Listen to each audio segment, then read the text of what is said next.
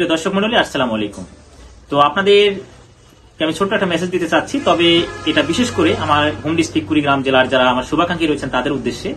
অনেকে আমাকে Messenger WhatsApp করেছেন বা ফোনেও যোগাযোগ করেছেন যে আমি বাড়িতে গেলে দেখা করতে আসবেন বা দেখা করবেন। আসলে আমি তেমন কোনো বড় সেলিব্রিটি নই, তবে দু চারজন যারা আমার ভক্ত রয়েছেন, শুভাকাঙ্ক্ষী রয়েছেন, অবশ্যই চেয়েছেন আমার সাথে দেখা করতে।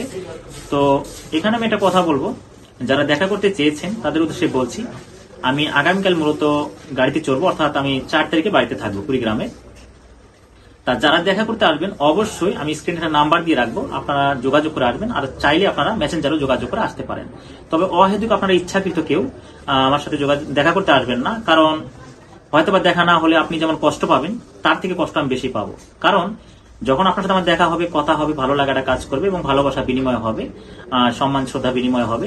আর সেই সাথে আপনাদের নিয়ে আমি ভিডিও ক্রিয়েট করতে পারবো, কারণ আপনাদের সাপোর্ট ভালোবাসা নিয়ে আমি এগিয়ে যাচ্ছি এবং এগিয়ে যেতে চাই।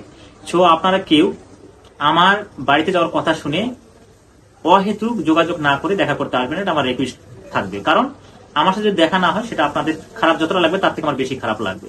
আর একটা কথা আমি বলে রাখি, আমি বাড়িতে যাওয়ার পর আমার কয়েকটা টিভি চ্যানেলে সাক্ষাৎকার রয়েছে এবং পাশাপাশি কয়েক জায়গায় আমার ইমার্জেন্সি কাজ রয়েছে। হয়তোবা বাড়িতে আমার খুব একটা থাকা হবে না, কাজের মধ্যে আমি জড়িত থাকবো অলওয়েজ। তাই আমি বলছি, যারা আমার সাথে দেখা করতে চান অবশ্যই যোগাযোগ করে আসবেন মেসেঞ্জারে। আর তাছাড়াও আপনারা আমাকে হয়তো বা ফ্রি টাইমে কচাকাটা কলেজ মোড়ে মনির মামার দোকানেও পেতে পারেন। তো এটাই ছিল আমার বলা। তো ভালো থাকবেন, সুস্থ থাকবেন এবং আগামীকাল আমি বাড়িতে যাচ্ছি, সবাই বেশি বেশি দোয়া করবেন। 4 তারিখে দেখা হবে কুড়িগ্রামের প্রাণপ্রিয় অডিয়েন্সদের সাথে। ভালো থাকবেন, সুস্থ থাকবেন, আল্লাহ হাফিজ।